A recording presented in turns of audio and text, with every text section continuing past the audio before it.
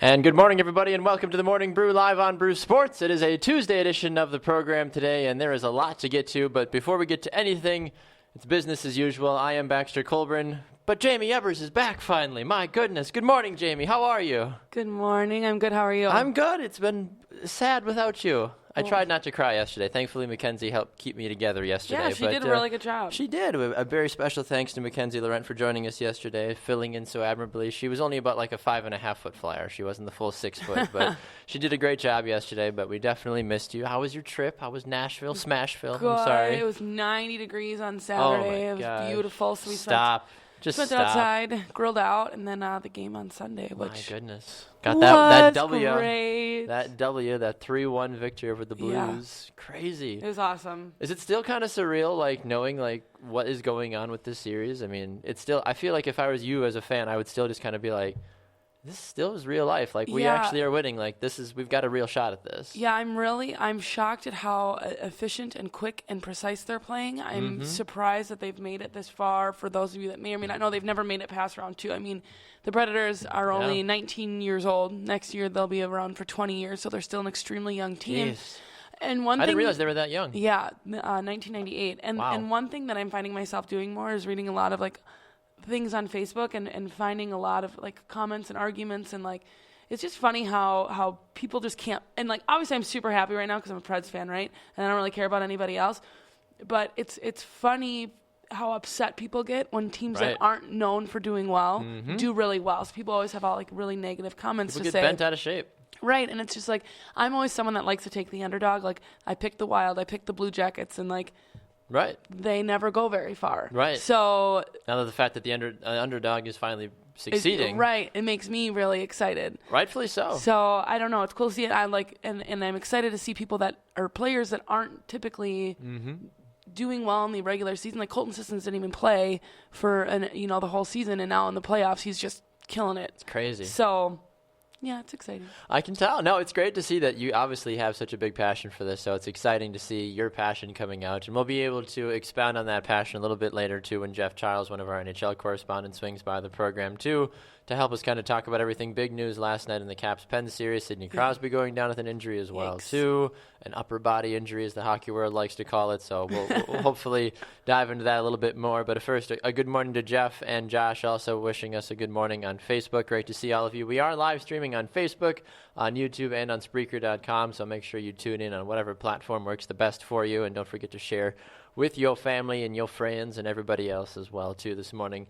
We are asking 2 questions today off the back of some information that we're going to be talking about. Well, you'll understand the context of it a little bit more. First question today is, will you think Colin Kaepernick play in the NFL this season? Now, the draft is passed, but Colin Kaepernick has been seen doing other things off the field in a positive manner that kind of proves that he doesn't care as much about playing football, but we'll get into that in our What's Brewing in just a moment. Also, in our What's Brewing segment, we'll also be talking about something that will relate back to this, is we're asking, what's your favorite video game to play, whether it be on an actual console or if it's a little like Super Mario Run on your phone or Minecraft on your PC, whatever it is. Just curious to know, because we know people like to play different kind of games. Some people just like to play solitaire. You know, my grandpa sits on his computer for hours at end and plays, solitaire on his computer or Hearts or whatever too. So everybody's got their own different things. So it's always fun and interesting to see what games people like to play. So those are our 2 simple questions of the day. Of course, you can find us on the social media universe at BrewSportsNet on Twitter, at Baxter Colburn, at Jaymee_Evers for all other Twitter and other social media things, I guess, right? Right. For the most part. Realized your shirt. I was going to see how long it was going to take you to realize. I kept looking at it. Stop looking at it. Like, what is like, this is like what a girl feels like with big boobs. Like, is that a Santa dabbing? I have a Santa dabbing sweatshirt. So he has no legs. They're little, like, stubs. Little stub legs. Yeah, I'm, so this morning, here, I can do that, maybe a little bit easier. But, so this morning I was getting ready, and I just was very cold in my house, and I'm like, I need to put something on that's going to help me stay warm, and I'm like, I know for a fact I have at least one sweatshirt that always makes me feel warm. It's my dabbing Santa sweatshirt, and I decided to put it on, so.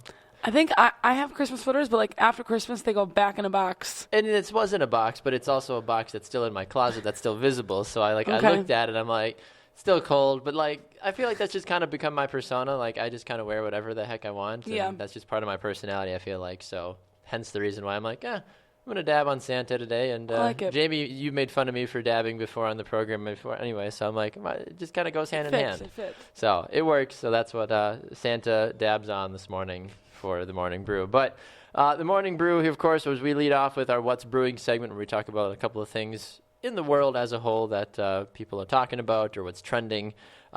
Going on to that first question of the day about Colin Kaepernick. I don't know if you've heard about this. I just recently heard about it, but Colin Kaepernick apparently has been donating some of his old suits to help others find work. He's been handing out suits outside of a parole office, which is kind of a unique thing. You don't hear that. He's been standing outside of New York City's parole office with 2 boxes of custom-made suits that he's had when he was a member of the 49ers. And he's just been handing them out. He had an Instagram post that says, "Know Your Rights campaign." The campaign says the suits will make parolees better equipped to achieve gainful employment and live more productive lives. Kind of a cool thing. I mean, this off the back, of course, of the controversy of Kaepernick kneeling during the national anthem last year and protesting the Black Lives Matter and all that other craziness that was going on with that. He's still unemployed, technically. He was released by the 49ers. There were thoughts that he might get signed by an NFL team, but he also has kind of not completely come out and said that he's fine if he doesn't get signed because he's made his money. He has a lot of life left to live, and he wants to continue to make a difference in the world. Do you think he's going to play football this upcoming season? I don't know, because I also don't know if this is actually him caring or this is him making up for last year. Publicity stunt, maybe? Yeah. I would like to think that this is him just wanting to help the community. You know, we had talked a while ago about him donating money to a bunch of different organizations in Milwaukee, right? To help with underprivileged youth. And now this, so I hope it's all real. That's the hope with stuff like this. Yeah, I and think it's not just is. him being like, I sucked. You know, I was a shitty quarterback last year, and I hated America last year, but this year I'm going to show you that I'm going to make a difference, and I can play still. I don't know. See, that's the thing with something like this for Colin Kaepernick. I read this article, and I always try to see people in the best light initially. Until you prove me wrong, I'm going to assume you're a good person. Okay. And I mean, I know that he's already had his negatives, but the fact that he's been kind of out of the media for a while, just doing whatever he's been doing, now he's back trying to hand out suits. I think he's trying to take the right steps. I do think this is kind of goes hand in hand with him in the fact that he does still want a job, and he's trying to prove to the world that he is still a good guy. Be like, hey, I was protesting the national anthem, but I'm a lot better now. I promise. Right. Like any of that kind of stuff. So I think he is trying to walk that back a little bit, but I think the fact that this is still him genuinely trying to make a difference. So I do support him for that specific reason. Okay. Now, talking about him playing, does anybody need a quarterback right now?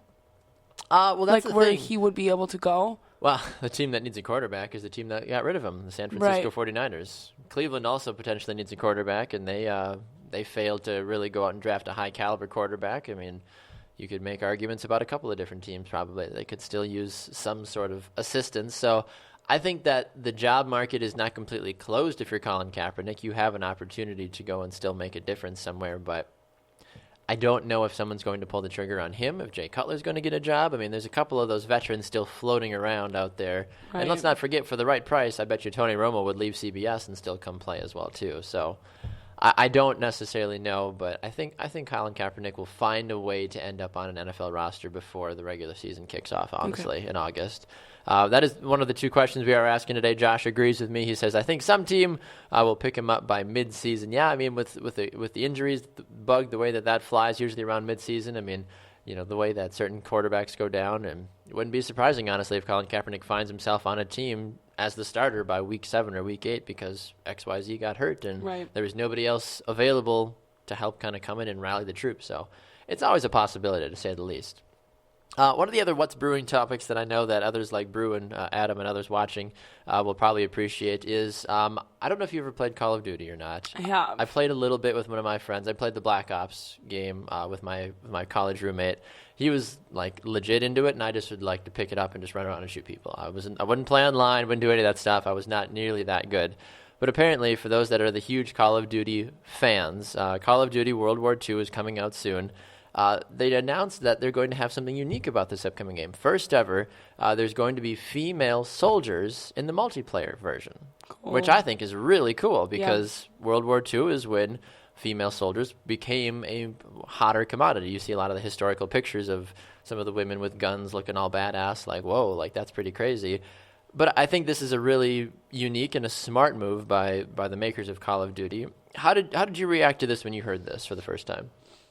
I think it's cool because I think growing up with three brothers, right? I played a variety of video games, and it was always cool when games catered to the women, and not saying all women, like, okay, and then like a race game, like a car game, like pink cars or whatever, but there was still that option there that if you wanted a pink car, you could have a pink car. Right. You know what I mean? Like, guys probably didn't pick the pink car, but girls could if they wanted to.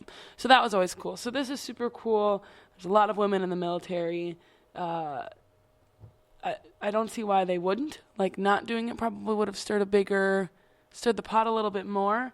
I just hope people don't look too much into it and be like, well, she wouldn't really run that fast. And that's the thing. I mean, you're going to get those people that are going to pick this apart, unfortunately, a little bit more and be like, well, just be happy. Be like, well, and it's always the stupid stuff too. You're going to get like the super avids be like, well, women's boobs weren't that big during World War II. Like, was she even wearing a bra? Like, come on, guys, you're trying to make this sexier than it is. Like, just because she's a woman with a gun, like, there's going to be those people that are going to pick it apart, actually, instead of just appreciating the historical moment that this is for females in video games. I agree. But no, I think it's super cool.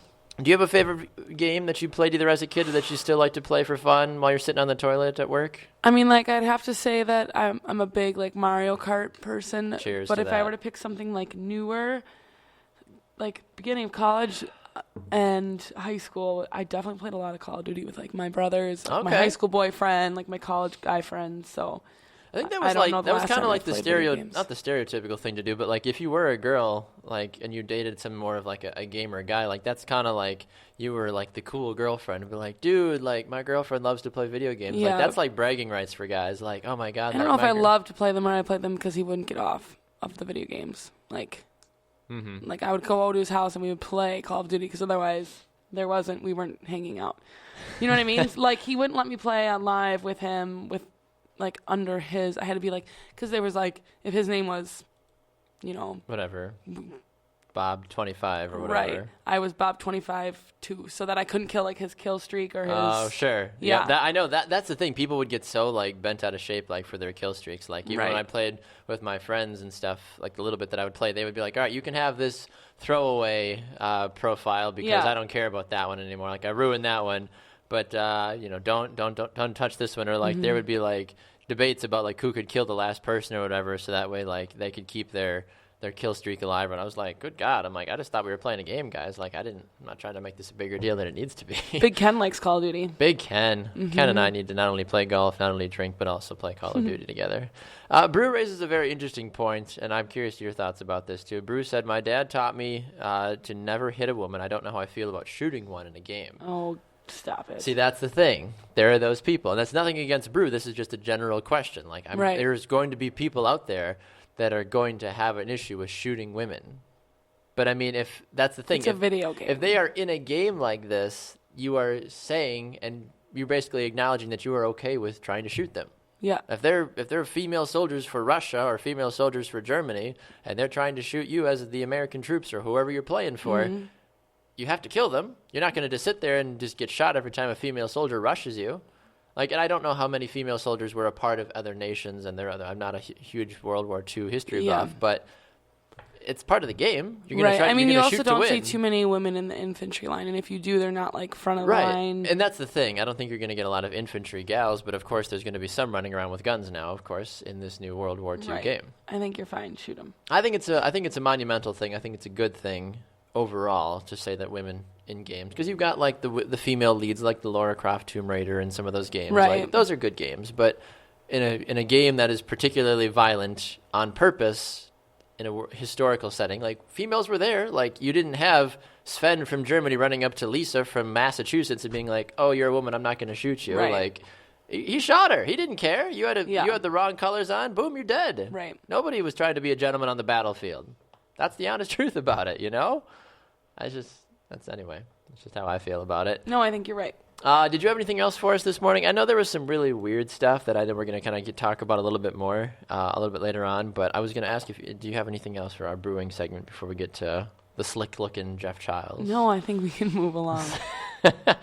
So Jeff Childs is one of our hockey correspondents. He also helps out with some of the great, what's the word I'm looking for, college sports stuff that we do as well. He was a big integral part of our NCAA coverage as we moved a lot through the season, or the NCAA tournament as well, too. But Jeff does join us this morning here on the Morning Brew.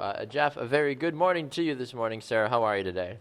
Good morning to you guys, Jaymee and Baxter. Good to be on. Actually, I think this is my first time for NHL coverage, so very happy to be on this morning. Absolutely, yeah. First time for everything this morning, Jeff. I do want to ask you, we are asking the questions of the day. Did you have any video games that you played at all as a kid that you love, or what's your go-to mobile phone game nowadays? Yeah, I don't really play a lot of games on my phone, but I don't really have much time for video games these days, but definitely back in the day, I don't know if you guys remember this game. There was a game for the N64, Wayne Gretzky's 3D hockey.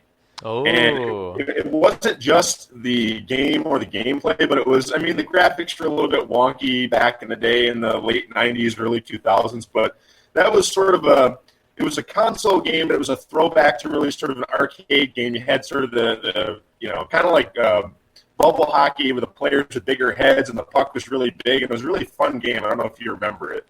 I've heard of it. I never embarked on it. The most I've ever played from a hockey perspective, I think, was NHL 08, and then also backyard hockey as well too. So that's as deep into the hockey video game world as I've ever got. I'm not good at sport video games at all. No, it's too many buttons. Like you got push one to pass one way, you got push one to run another. Deke with the stick. You can cross check with the right bumper. It's like what's going on? Too many things. Well, one of the things that Jaymee, you obviously are knowledgeable about is real professional hockey taking place and the last night the Pengs going, I don't know, that team that's from Pittsburgh, the Pengs and the Kangs over there, the Caps and the Pengs played a 3-2 overtime thriller. The big story though is Sidney Crosby going off injured. Right. What did you take away from this game last night, from this injury, and also the Capitals getting a very much needed victory as well? I think it's just going to show a lot how either good or bad the Penguins are without Sidney. It's always crazy to see a big part of a team get taken out, right? Like when they sit LeBron, like when Steph Curry doesn't play. When same thing with like basketball. The same thing happens with hockey. You take out Sidney Crosby, you take out Connor McDavid. What do you have left in those teams? Unfortunately, that everyone relies on them. With the Blues right now, everyone's relying on Jake Allen. The people are saying that he's the only reason that they're still in it. So you take out a key component, and what you're left is for a team to prove that they still deserve to be there. Right, and I agree with you on that one. I mean, that's what, even in any sport, that's the case. Right. I mean, if the Packers or Patriots sat Aaron Rodgers or Tom Brady, I guarantee you it's an entirely different product that's on the field. Right, and the Penguins have had Sidney Crosby for so long. Exactly. It'll be interesting to see if they have to play without him. Jeff, what do you make of this injury? Does it completely kill any possible title hopes for the Penguins, or is that too much of an overreaction? Well, you take away one of the best players in the game, as Jaymee said, and that certainly doesn't help Pittsburgh. Crosby is at his best when he is in that sort of power forward mold, when he's driving to the net. He can make plays off a 2-on-1. He can make plays on the rush. One of the best players in the game for a reason, and he's a very slippery player. He can get away from the other team's top defenders, and that certainly puts the Penguins at a disadvantage. But as we saw last night, that did little to really hurt their drive and their ambition to fight back in that game. They were down 2-0. They get a couple of late goals, and they tie it up and send it to overtime. So, while it's not good news for Pittsburgh, they certainly showed near the end of that game that even if Crosby is out there, still going to fight to the bitter end, and that's what they did.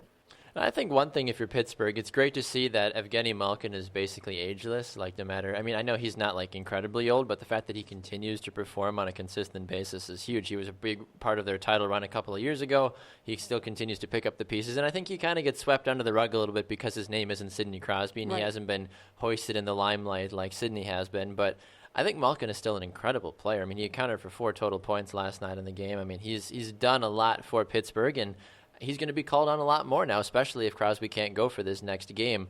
But you look at not only this series, but you look, of course, at the Nashville series with St. Louis, a 3-1 victory for the Preds over the weekend to make it a 2-1 series now moving into the next game, which I believe is tonight. Is that the next game? So the series moves to, is it St. Louis now? Yes. Okay, so the series moves to St. Louis now for Game 4.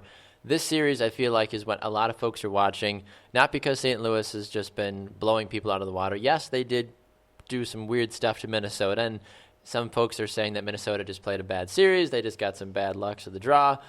How good is St. Louis? Because Nashville apparently is good enough to beat Chicago in 4 games. Right. But St. Louis has done one thing that Chicago hasn't done when they won a game against Nashville. Does that mean St. Louis is better than Chicago? So I didn't get to watch Game 2 because I was in the car, but we listened to it, and it seemed like I don't know if the Blues are as good as they had in the first 25 minutes of the game. 9 minutes were penalty minutes. Wow. Or they were on the power play for 9 minutes. Okay. And they didn't even, I don't think they scored on those at all, if I remember correctly. Or they only scored once.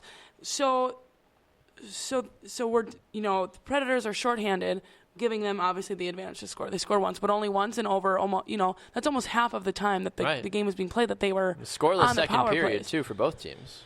Right, and then they finally, in the third, I think St. Louis scored 2 in the third, and Nashville only got 1 in the third. Right. So, are they better than the Blackhawks? Probably not. And I know that's a bold statement to make, but you consider the fact that St. Louis did something that the Blackhawks didn't do, which is, which is why some people But maybe I don't know if confused. you can just say, just because that the Preds swept the Blackhawks, that the Blues scored on the Predators, that they're better than the Blackhawks. I don't think... Well, the Blues beat the Predators, though. That's what I'm saying. They beat them in a game, which is one thing Chicago never did. Right. I don't know if you can necessarily say just because it happened in the playoffs that they're better than... Right. No, and I would agree with you on that one. Jeff, how do you analyze the situation, though, from my perspective? Do you kind of I understand there's a series that has to be played, but do you kind of get what I'm kind of poking Jaymee at with this?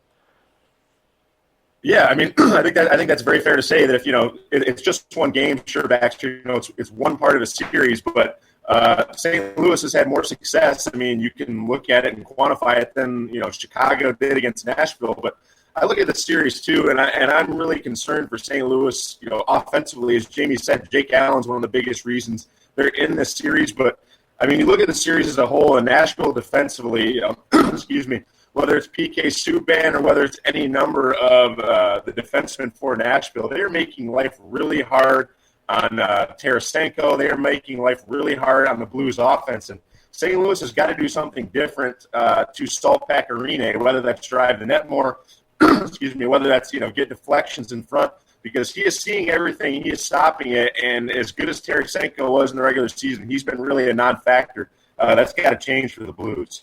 A couple of quick comments here on Facebook. Caleb on Facebook says that Jake Allen is better than Corey Crawford. Jaymee, I'm going to kind of put that one in your court to see if you would agree with Caleb on that one. Jake Allen's still pretty fresh in the NHL, so I'm not really sure. Crawford's been around for a while. Right, yeah. we've talked before. I've seen him play, when he played for the Wolves more, and I honestly haven't paid attention to him at all until this series, or until the playoffs started.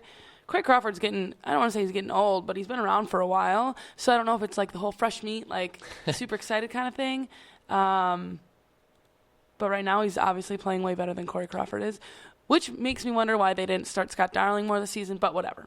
But that's irrelevant to the conversation. That's true. All right, moving away from St. Louis, moving away from Nashville, Anaheim has kind of quietly just been pumping the oil out of Edmonton a little bit. They beat them 6-3 on Sunday night.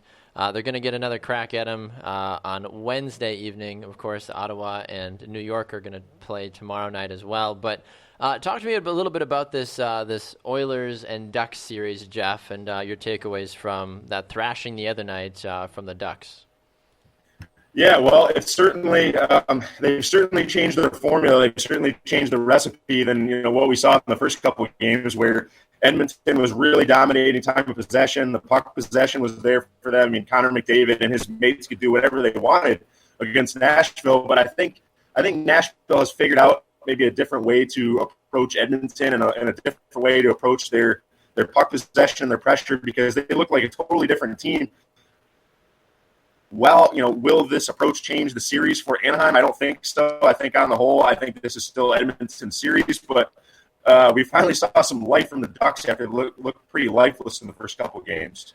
And I guess maybe this is my lack of experience with hockey, but isn't it difficult to score 6 goals in a hockey game? I mean, it's a small puck, it's a big man in a little goal. I mean, in theory, it would be very difficult to do something like that. Am I wrong to think that 6 goals, and especially in a playoff game, is kind of unheard of? No, I mean, you're exactly right. You rarely see – that's sort of the mantra and the calling card for the playoffs every year is that, well, teams can be a little more freewheeling in the regular season and they focus more offense. The playoffs are about defense. They're about sacrificing your body. They're about blocking shots. They're about taking opportunities away from the other team. And really, the playoffs are almost always about who has the better goaltender. So, I mean, you're right on with that. Baxter 6 is an abnormally high number, but every once in a while you'll have a game like that in the playoffs. But for the most part, you're right on. It's about defense and it's about who has the hotter goaltender. Talking with Jeff Childs, one of our NHL correspondents here on the Morning Brew. Last series to talk about briefly is kind of the one series I think that's been flying under the radar. Jaymee and I had both taken the Rangers to win this series, and we find Ottawa up 2-0. Their next game, of course, is taking place tonight while the Blues Preds play at 9:30 Eastern. The Senators Rangers play at 7 p.m. Eastern. Jeff, this series, as we mentioned, kind of flying under the radar. Ottawa has been decent all season long. Same for New York. They were a little spotty here and there. But have you taken anything away from the series, and or have you even bothered to pay attention to the series because it doesn't have the big flashy names like most of these other series do?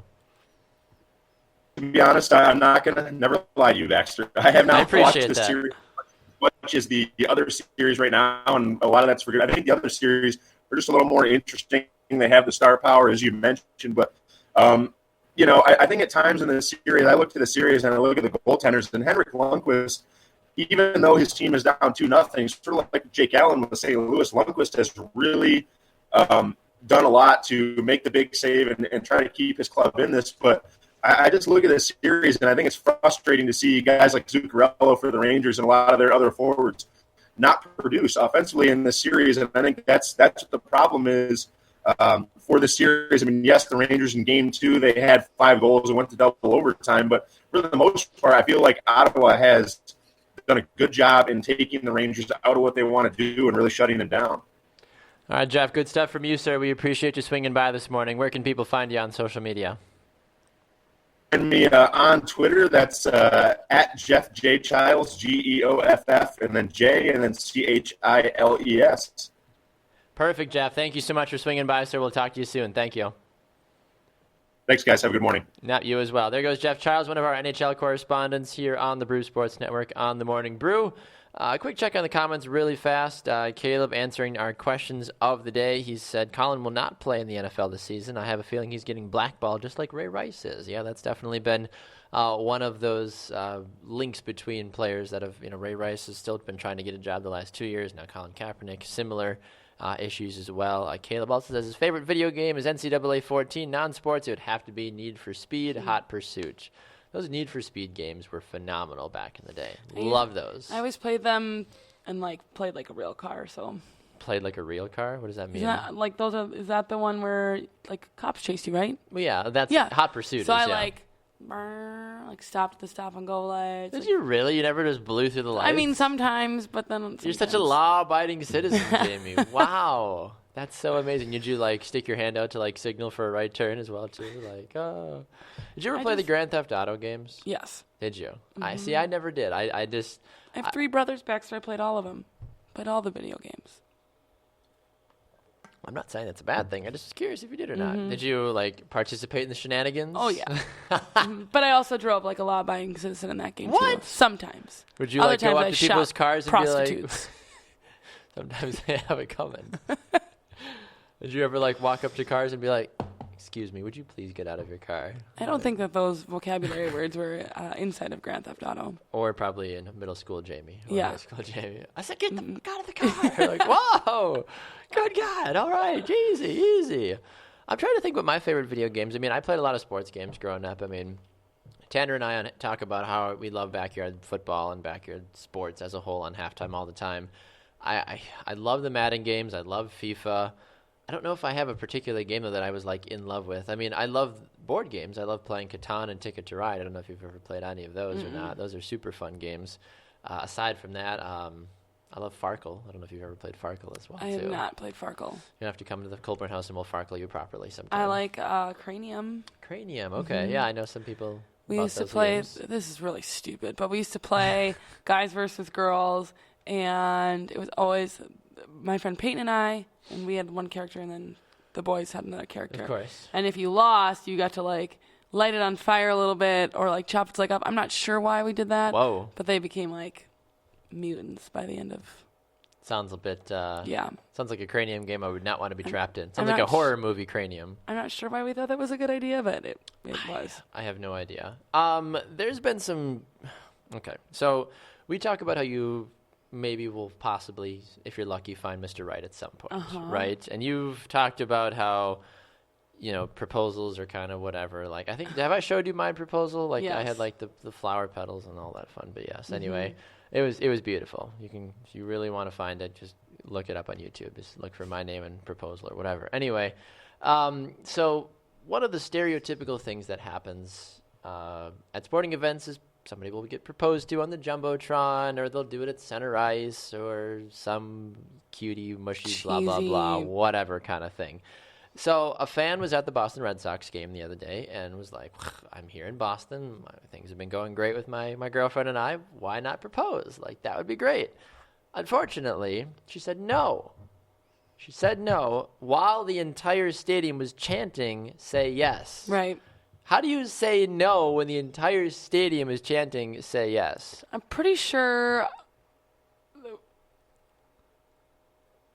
Like, it was bad. I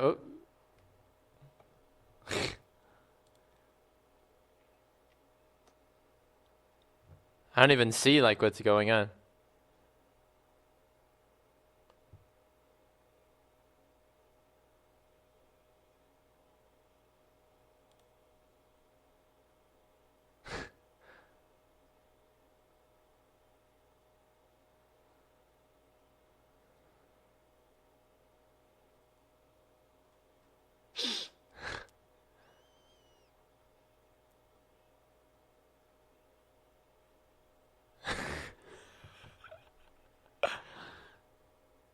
That commentary is probably the best part about it. It's not even on one knee. What are you doing with your life, man? What are you doing? She said no, and it was rather embarrassing. It's a little sad, honestly. I mean, I think there's a lot of pressure, and I don't know for the females watching if you would be all about that life or not, but, like, that's a lot of pressure. I think I went on a rant one day about... You did? Yeah. Don't do it there. Don't do it there. We've also had Jessica Kleinschmidt, one of our baseball correspondents, has gone out to say, she's like, I absolutely hate stadium proposals unless they say no. And then it's funny. And then I'm all about it. I'm right.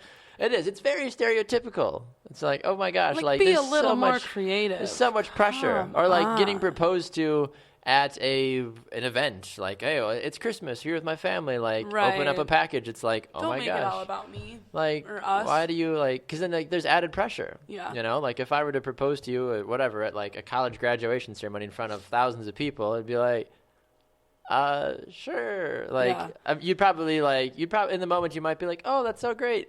But then you probably would have been like, afterwards, been like, can you, like, I really would have preferred you not have done that. I saw a video once of, like, a guy proposed to his girlfriend at another person's wedding, and, like, it was during the bouquet toss, and the bride went to toss the bouquet, but she tossed it super far back so that the boyfriend or the fiance caught it, and then when all the girls turned around, he was, like, on one knee, and he was like, oh, marry me, which is cute. I feel like doing that at you said that was at a wedding? Yeah, it was at someone else's wedding. So the bride, props to you, girlfriend, because it is supposed to be all about you and your husband that day. Yeah, how do you convince a bride to, like, share the spotlight? Yeah, I don't know. That's hard to do. If it was, like, my best friend, like, if Alicia was getting proposed to, right, I'd be like, girl, like, I got you. That's cool. Mm-hmm. Like, this totally can be about us now.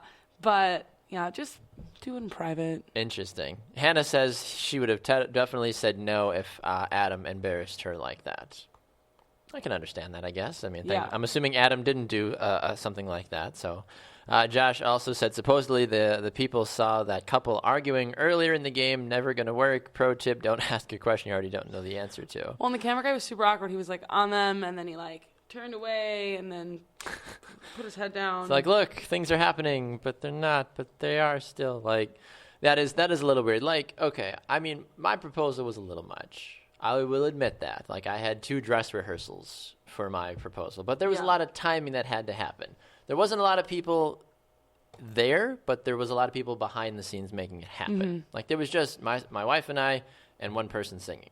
Like, that's all it was visually. Right. She obviously could sense that there was probably 8 or 9 other people around, but they weren't out there. And I think that there was, I don't know. I guess I've really thought about that because I knew she was going to say yes. But obviously, there's always like that 0.001% that you're like, she's going to say no into because you're like, well, why wouldn't she say yes? But then you're like, but what if she did? Like, do you think that this couple never talked about it before and he's just going to spring it on her? Like, I feel like if you're like, I feel like there's a lot of planning that has to go into organizing that at a game. Right. And usually you have to pay too to get Jumbotron time. Like, if it's not just from the Kiss Cam or something. So it probably costs them a pretty penny I would assume so.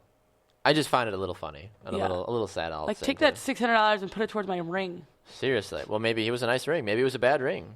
Or maybe she was a Yankees fan and she's like, really? Like, you're going to propose to me at Fenway Park? Like, you asshole, get out of here. No idea if that's actually what happened or not, but you never know. You can speculate with stuff like this. Speaking of dates, speaking of relationships, you get to go to some weddings this coming summer. I get to go to a couple of weddings as well, too. Granted, my wife is my date. But have you ever had just an awful date or a very questionable date, to an event? No.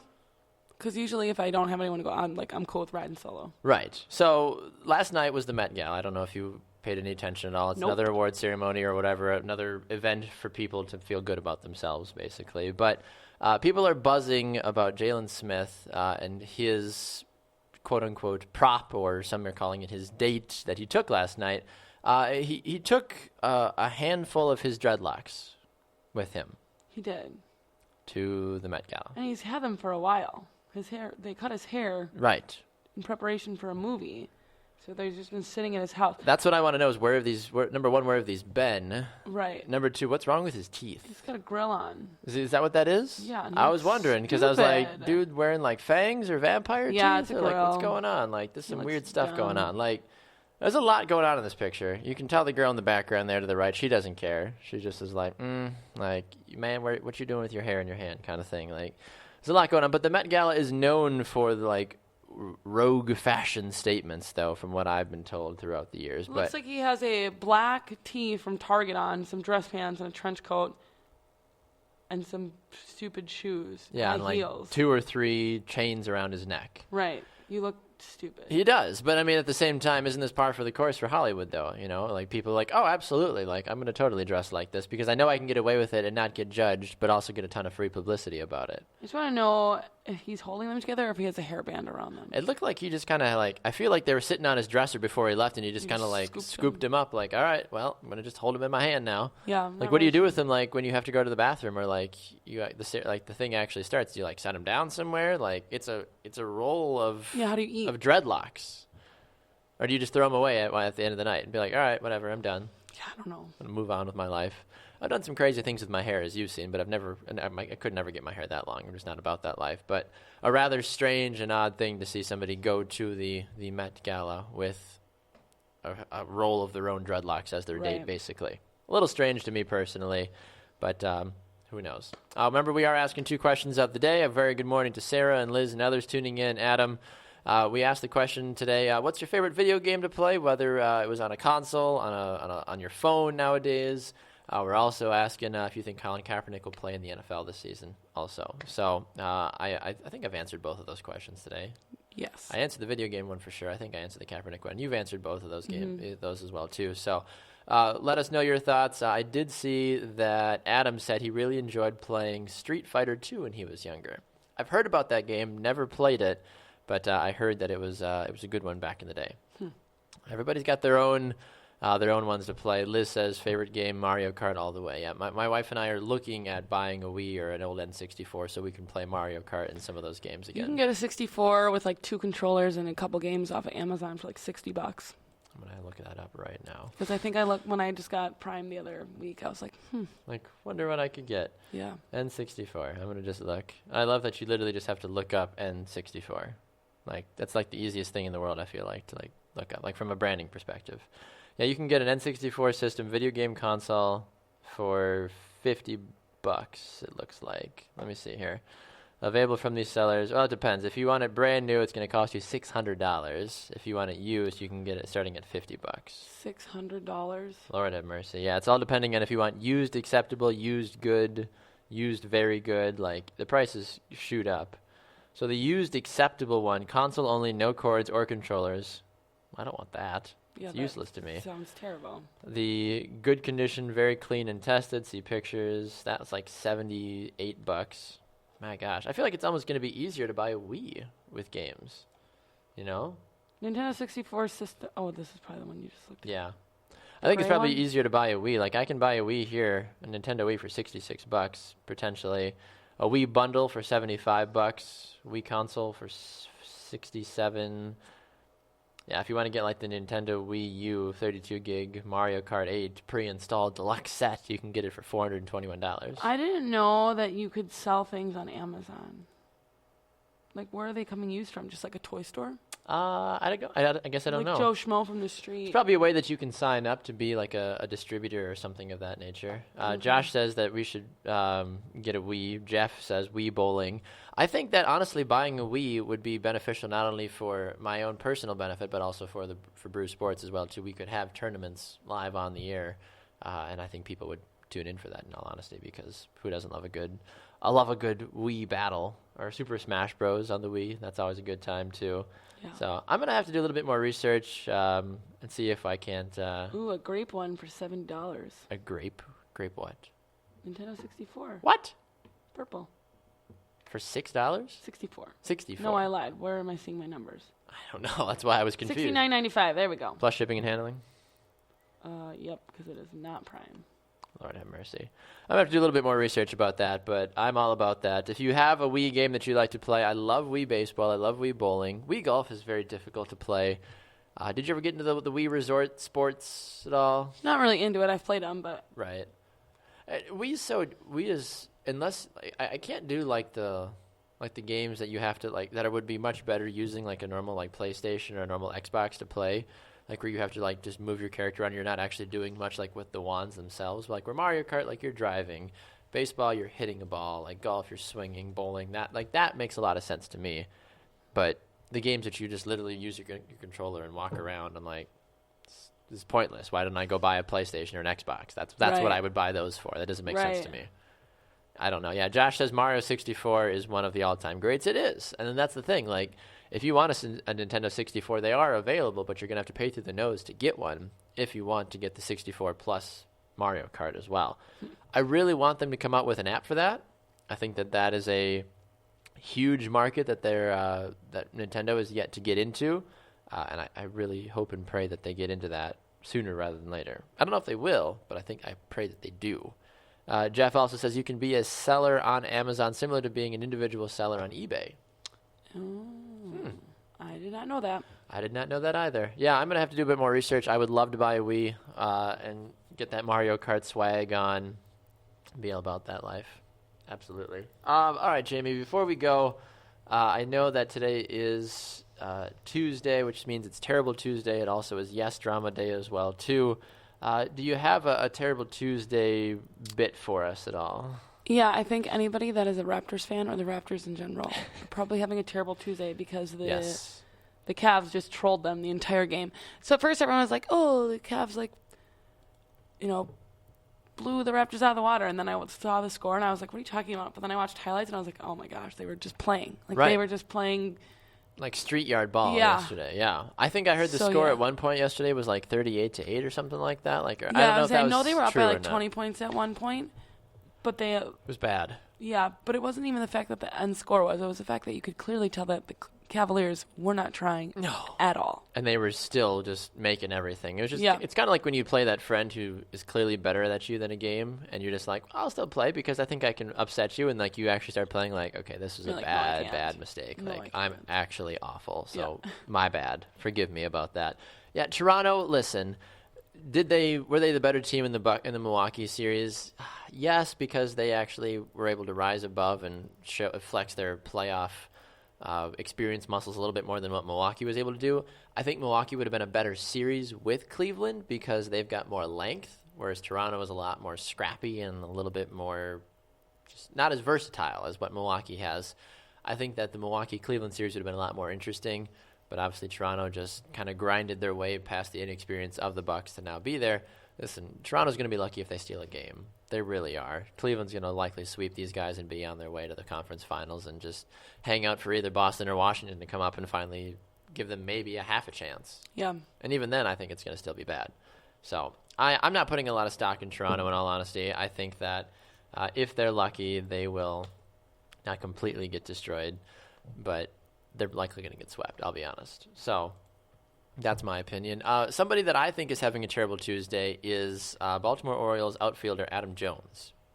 If you haven't heard about this, there were racist chants being spewed at him basically during the game at Fenway Park. So not only were failed proposals taking place, but racist chants were also getting tossed out towards Adam Jones. Real classy Boston. Right? Get the hell out of here. Next thing you're going to be telling me they have like sites like Barstool. Wait a minute. Anyway, Jones came out after the game saying that these people were cowards and it's pathetic.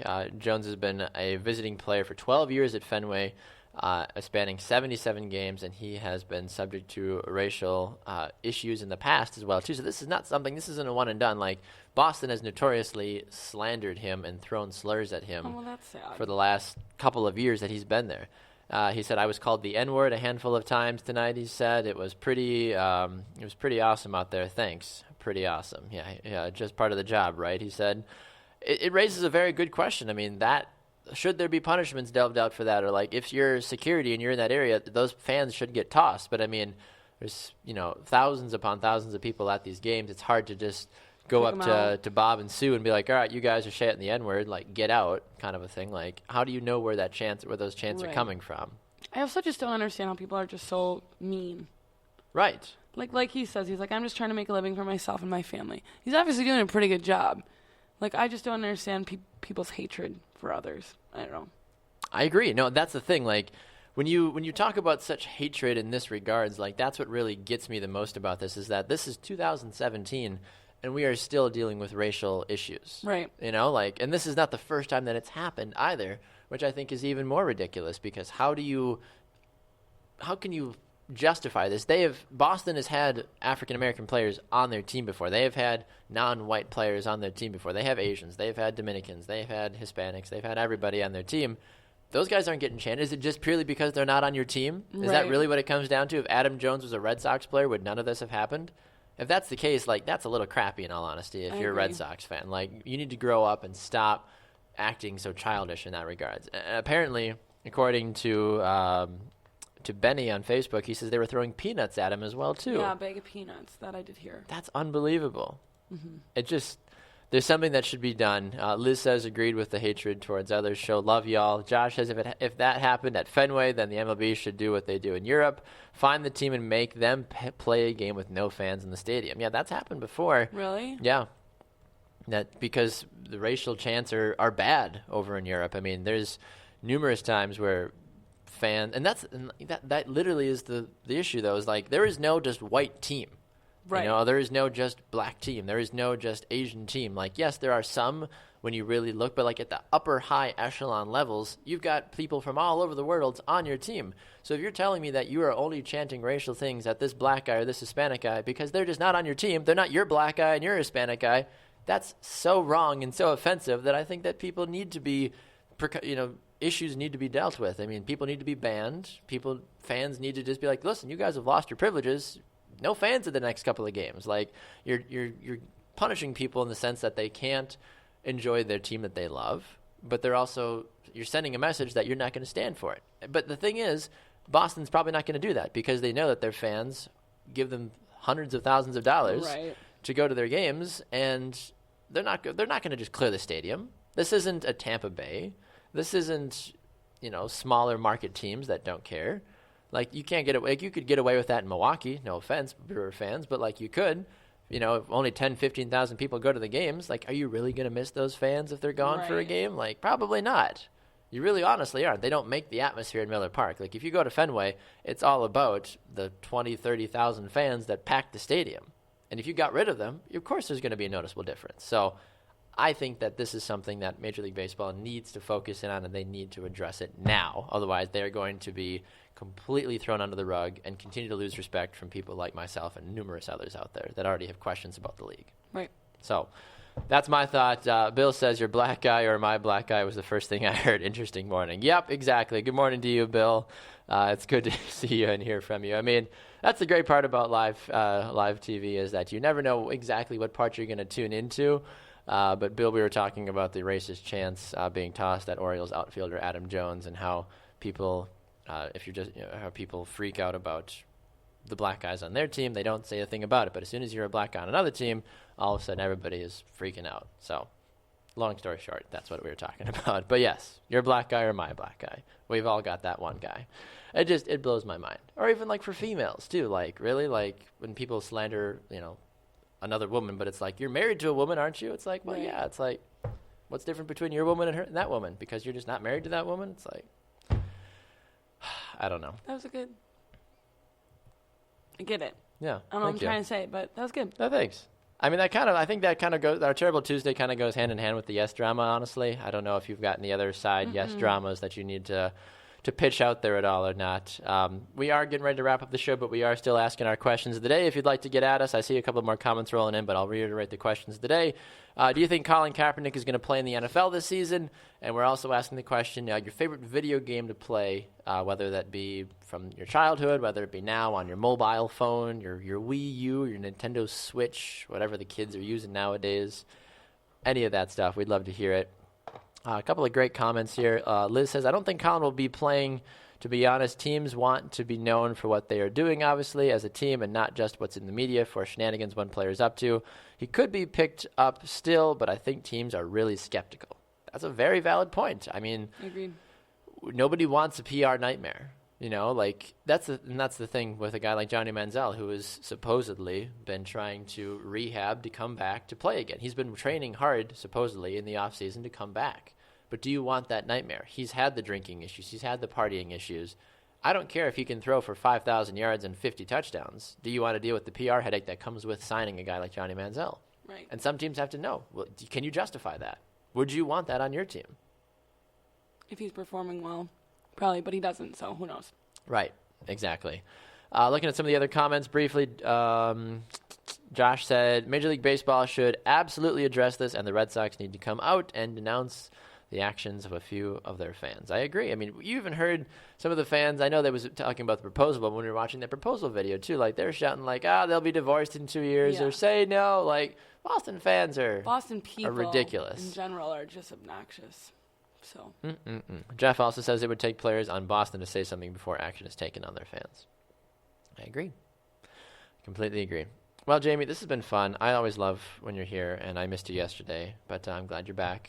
How's your first day back? You feel good? Feel good to be back in the chair? Good. Was it? I haven't had coffee yet, so I'm starting to lag a little bit. Starting to lag. Thankfully, it's time for us to get out of here, so you can grab some coffee and just chill and take a nap on the studio floor for a little while. But it'll probably be right here. Probably. If you could see the camera into the studio after we get off the air, Jaymee, this is how it goes. I sit here and do a little bit of work, and Jaymee closes her laptop and she sleeps for 30 minutes. It's exactly what happens every time. I'm tired. I'm a tired girl. I get it. She's a hard worker. But we appreciate you, of course, being back. We appreciate all of you for your great comments today as well, too. A lot of great stuff to continue going on through the week. There's numerous different things. The Kentucky Derby is this weekend as well, too. I know Jamie's a big horse-loving gal. Mm-hmm. So I'm sure we'll talk about the Kentucky Derby at some point, among numerous other things as well. So remember to find us on Facebook, Brew Sports, Twitter and Instagram, @BrewSportsNet. You can find all of our shows live streamed on YouTube, on Facebook Live, and on Spreaker.com. All our podcasts are there as well, too. Go and check it out. You can also go to our website, brewsportsnet.com, for the latest articles and information about Brew Sports. She's Jaymee Evers. I'm Baxter Colburn. Thanks so much for watching. We'll see you guys next time on Brew Sports.